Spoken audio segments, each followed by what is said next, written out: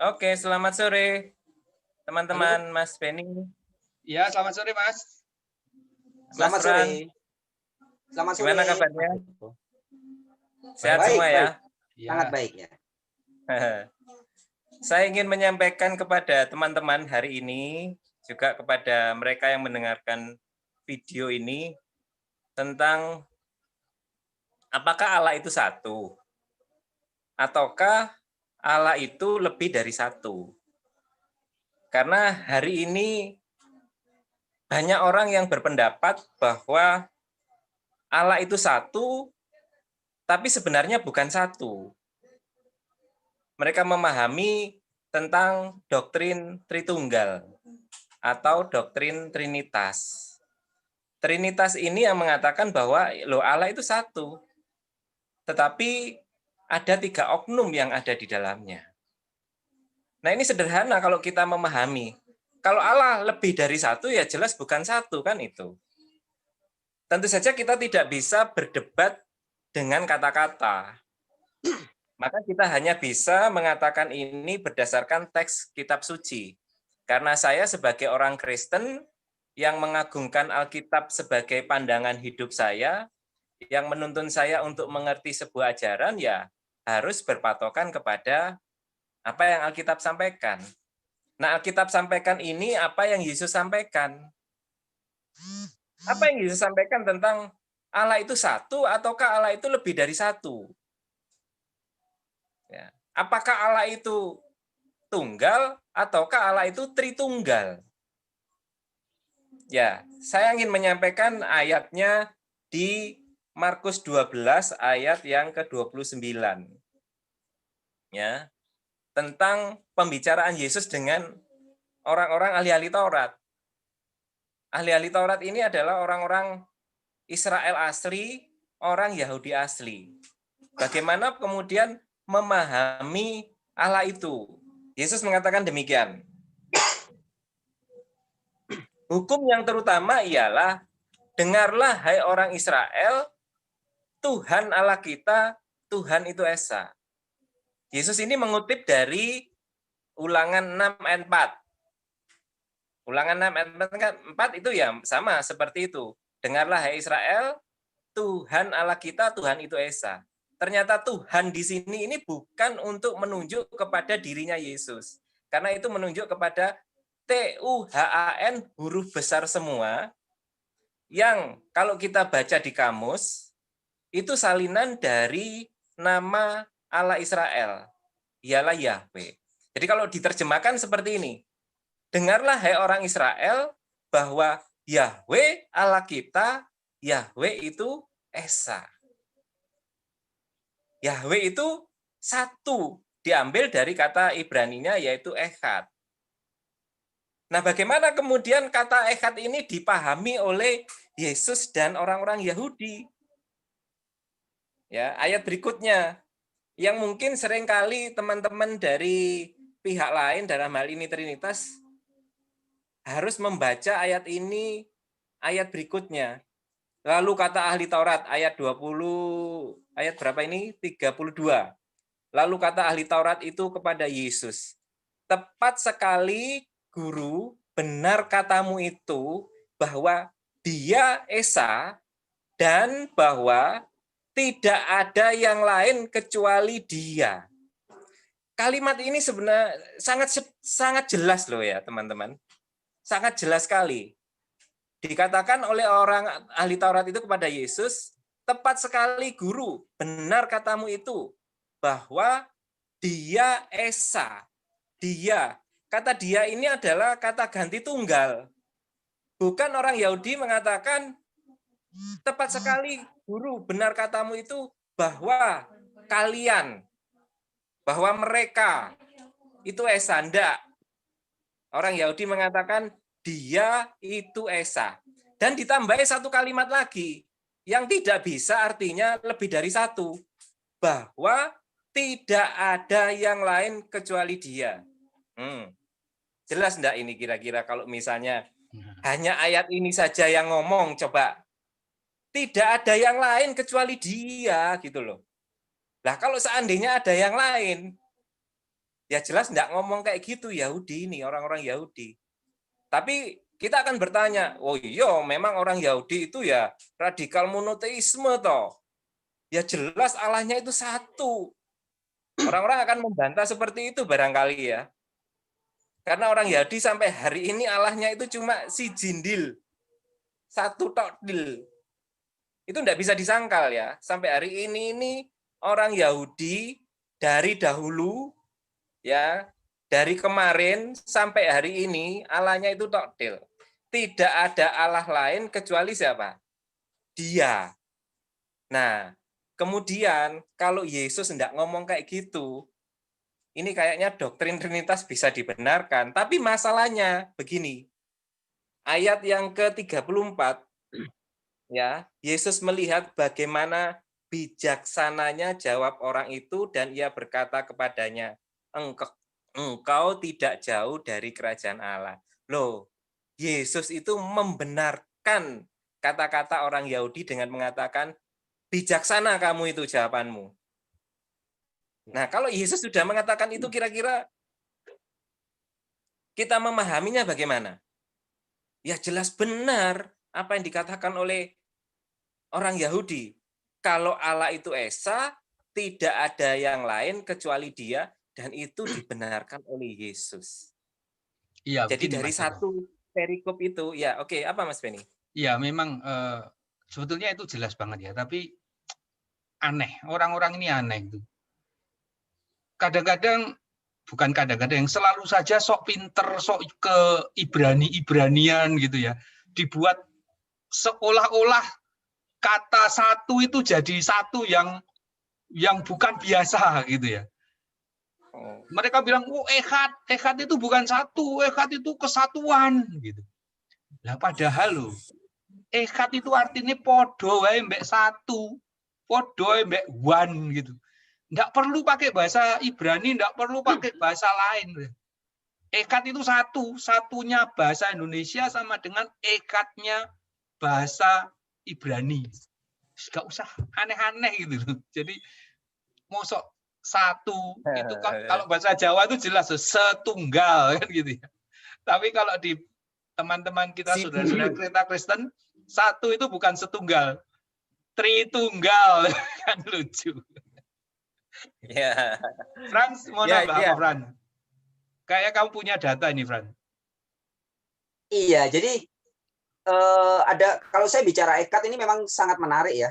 Karena betul, pertama saya mau tegaskan seperti yang disampaikan Pak Beni bahwa echad itu betul-betul seperti bahasa Indonesia satu, bahasa Inggris one ya.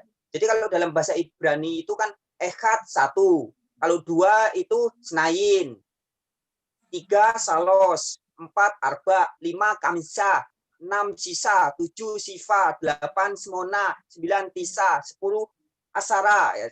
Jadi seperti itu, satu echad, sangat sesederhana itu memang. Nah, kemudian menyikapi apa yang disampaikan Mas Joko, mumpung belum lupa ini ya, saya ingin berulang. Jadi kekristenan itu tidak bisa lepas dari Yahudi. Beberapa hari yang lalu ada siaran langsung dari Lembaga Alkitab Indonesia. Ya. Pembicaranya Ketua Penerjemah Lembaga Alkitab Indonesia, yaitu Bapak Hortensius Florimon Mandaru. Bisa dilihat nanti teman-teman langsung dibuka di website di channel YouTube-nya LAI ya. Di situ Hortensius memberitahu bahwa kekristenan itu sebenarnya ya bagian dari Yahudi. Jadi kekristenan awal itu Yudeo-Kristen. Nggak bisa lepas. Jadi Allah yang dikabarkan oleh Yesus. Yesus memang memberitakan suatu Injil atau kabar baik yang baru.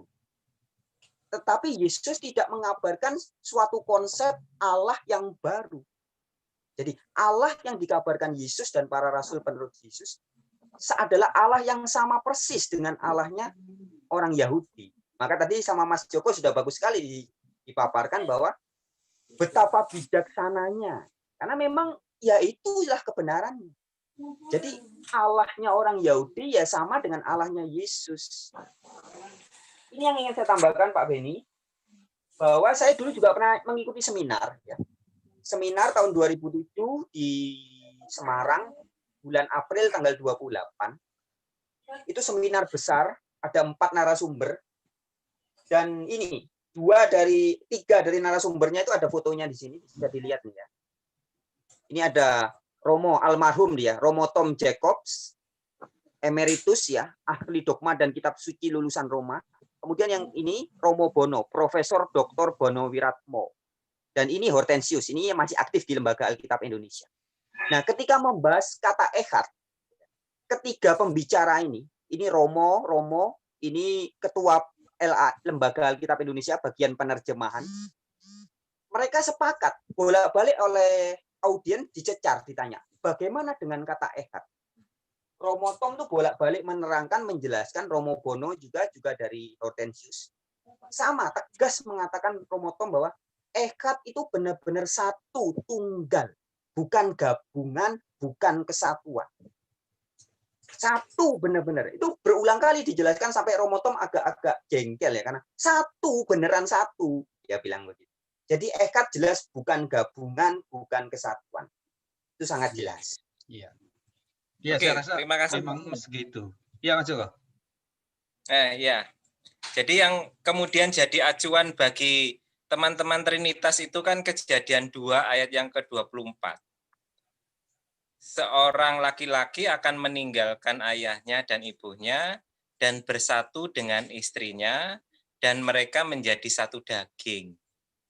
Ya, kalimat inilah yang kemudian dijadikan sebagai pembenaran bahwa satu itu adalah sebuah kesatuan. Namun kalau dicermati ya ayat ini juga sederhana sebenarnya. Satu daging itu kan artinya satu tali pernikahan, toh. Ya. Nah, pertanyaan saya begini, yang dibilang di Alkitab itu tentang satu pernikahannya. Jadi bukan berbicara tentang apa yang ada di dalam diri dari pernikahan itu. Ada enggak pernikahan? Sinyalnya kurang jelas, Mas. Suaranya putus-putus. Sebelum manusia jatuh ke dalam dosa. Oh, putus nggak jelas. Iya, iya. Jadi menjadi satu daging itu dalam arti yang lain adalah satu pernikahan. Ya toh? Nah, pertanyaannya, yang ditunjuk itu kalimatnya adalah terjadi satu pernikahan. Ada enggak pernikahan yang terjadi di Taman Eden sebelum manusia jatuh ke dalam dosa selain pernikahannya Adam dan Hawa? Oh ya, enggak ada. Jadi tetap saja satu pernikahan, menyebutnya kepada satu pernikahan. Saya ilustrasikan begini.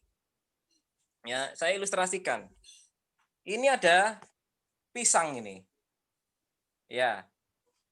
Pisang ini orang Jawa mengatakan satu cengkeh. Ya, satu cengkeh. Satu tandan bahasa Indonesia ya. Ya. Nah, ini satu tandan. Tapi mereka mengatakan, lah iya kan satu kesatuan itu. Tapi saya ingin jelaskan bahwa ini yang disebut dengan satu tandannya yang dibilang. Ini satu tandan. Coba kalau seandainya ini saya putus satu ini, saya ambil satu pisang, apa sama satu pisang dengan satu tandan coba? Sama enggak? Nah kalau itu sama, ya saya kepada pedagang buah bilang, Pak, saya beli satu pisang saja, biar saya dikasih satu tandan. Ya kan? Ya. Kan gitu logikanya. Ya, jadi kalau saya beli satu tandan anggur, saya enggak perlu ngomong, Bu, saya beli satu tandan anggurnya, enggak perlu. Saya cukup, Bu, saya beli satu buah anggurnya. Terus saya dikasih satu tandan anggur. Ya bangkrut tukang buahnya, kan gitu. Ya, jadi satu yang dimaksud itu adalah satu tandannya. Satu tandan pisang. Ya berarti satu tandan pisang berbicaranya. Satu pernikahan. Tidak ada pernikahan lain di Taman Eden kecuali pernikahannya Adam dan Hawa. Jadi bukan satu kesatuan. Nah, kalau satu kesatuan bilang begini, saya bilang begini saja. Angka bilangan itu menurut Trinitas 0. Kesatuan 2, 3, 4, 5, 6. Karena satu kan sama dengan kesatuan. Loh, inilah lucu nanti. anak-anak SD jadi bodoh semua itu, nanti nggak bisa ngitung. Ya Ya, kan? tapi Jadi sebetulnya satu diantar satu. itu sebetulnya hal yang sangat sederhana ya. Saya rasa kalau boleh saya katakan memang orang itu mengada-ada. Mengada-ada itu cari-cari masalah gitu. Jadi hal yang sudah jelas dibuat jadi rumit gitu ya.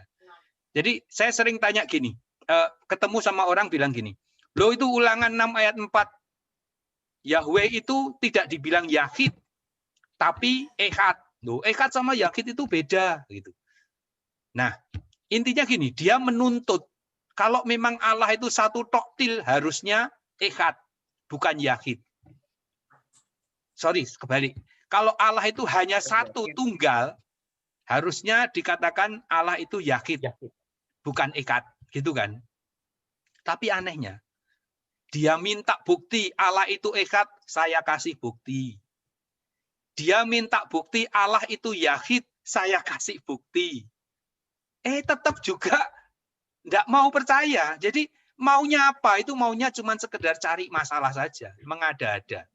Nah, Allah Yahid itu di mana buktinya? Allah yang Yahid itu buktinya ada di Yohanes 17 ayat 3. Itu kata-kata Yesus sendiri. Inilah hidup yang kekal, yaitu mereka mengenal Engkau satu-satunya. Satu-satunya itu, karena perjanjian baru itu bahasa Yunani disebut sebagai mono atau monos. Nah, mono atau monos itu bahasa Ibraninya Yahid. Gitu. Jadi mau minta bukti Allah itu Echad, Ulangan 6 ayat 4. Mau minta bukti Allah itu Yahid, Yohanes 17 ayat 3. Terus kurang apa lagi? Mau minta apa lagi? Jadi memang cuma sekedar mengada-ada menurut saya.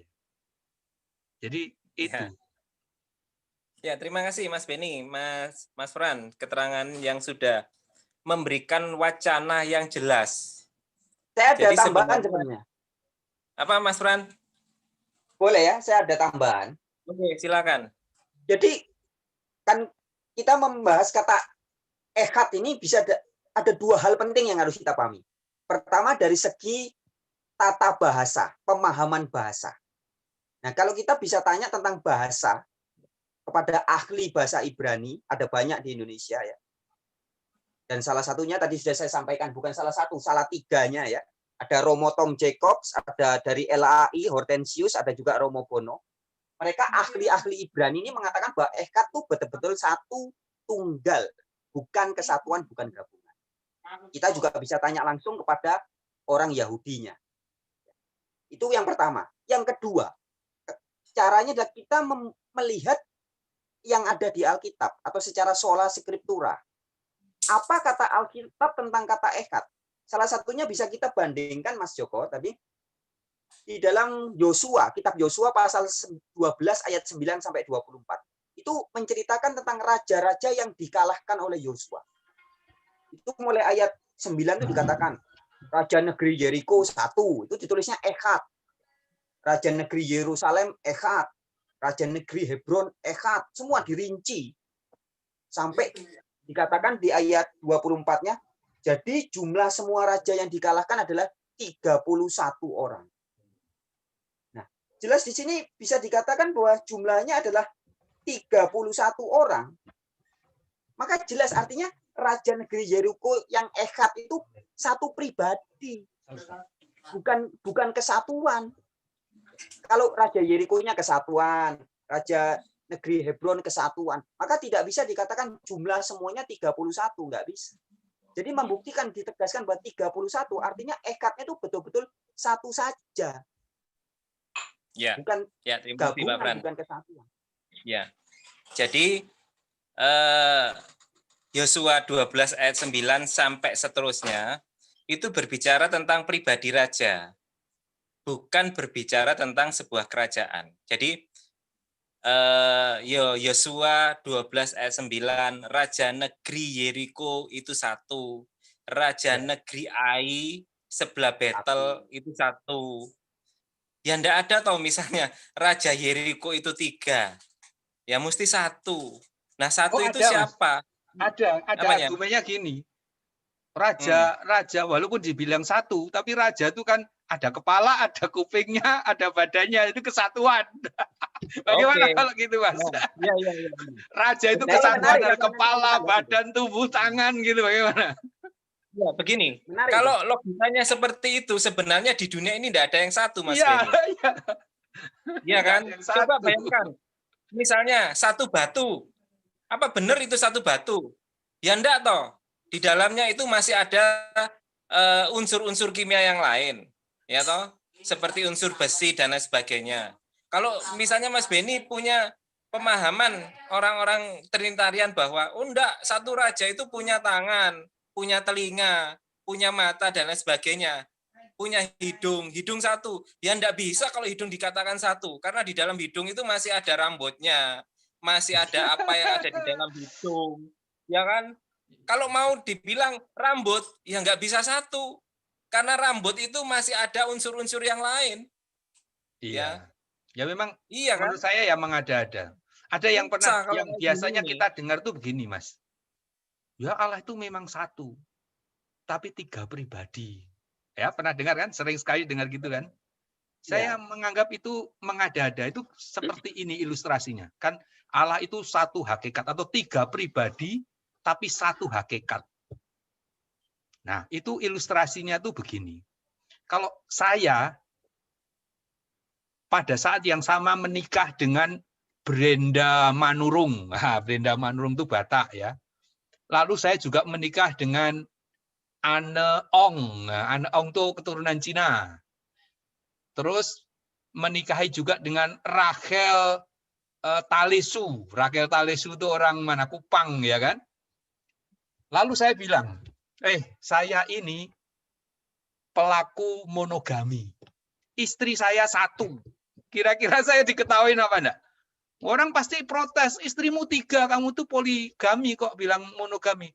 Lalu saya bilang, enggak, mereka memang 3 pribadi, tapi satu hakikat, mereka itu hakikatnya manusia semua. Jadi istri saya satu, saya ini pelaku monogami. Bagaimana kira-kira gitu? Saya rasa ya pemikiran Ya yang sama seperti kita ini. Seperti saya Tirta Sujoko, ada Fran Donald, ada Beni Setiawan. Kemudian saya bilang, mari kita ngadakan Zoom 1 orang, tapi isinya telu. Ada Pak Fran, ada Beni. Ya ini mesti diketawain orang, ya kan? Jadi saya bilang, 1 Beni Irawan. Di dunia ini tidak ada lagi Beni Irawan yang seperti hari ini saya Zoom itu tidak ada lagi. Ya itu Beni Irawan yang sekarang saya lihat di Zoom ya seperti itu. Makanya kemudian begini, Alkitab itu juga membandingkan juga ya. Ya, membandingkan. Bagaimana sih orang bisa mengerti tentang satu Allah itu bagaimana? Supaya tidak salah pemahaman satu itu jangan sampai salah menjadi sebuah kesatuan. Ini contohnya Malaki 2 ayat yang ke-10. Bukankah kita sekalian mempunyai satu Bapa? Bukankah satu Allah menciptakan kita? Satu Bapa yang dimaksud ini adalah Abraham. Kata echad kan sama. Bukankah kita mempunyai satu Bapa? Satu Bapa itu maksudnya Abraham. Saya mau tanya, Abraham yang istrinya itu adalah Sarai dan Hagar, punya anak Ishak dan Ismail, itu ada enggak yang lain, yang Abraham yang lain? Enggak ada. Ya itu. Nah, kemudian disandingkan dengan bukankah satu Allah menciptakan kita? Jadi satu Bapa yang kata satu dipakai dan satu Allah itu sebanding dan selurus itu. Sama persis. Kalimatnya, bahasanya sama, artinya ya sama.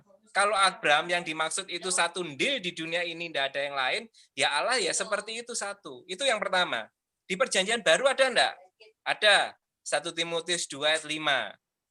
Karena Allah itu Esa, karena Allah itu satu, maka Esa pula perantara antara Allah dan manusia, yaitu manusia Yesus Kristus. Saya mau tanya ini sama orang-orang Kristen Trinitarian.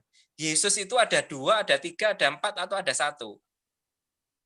Mereka pasti jawab, Yesus itu cuma satu ndil.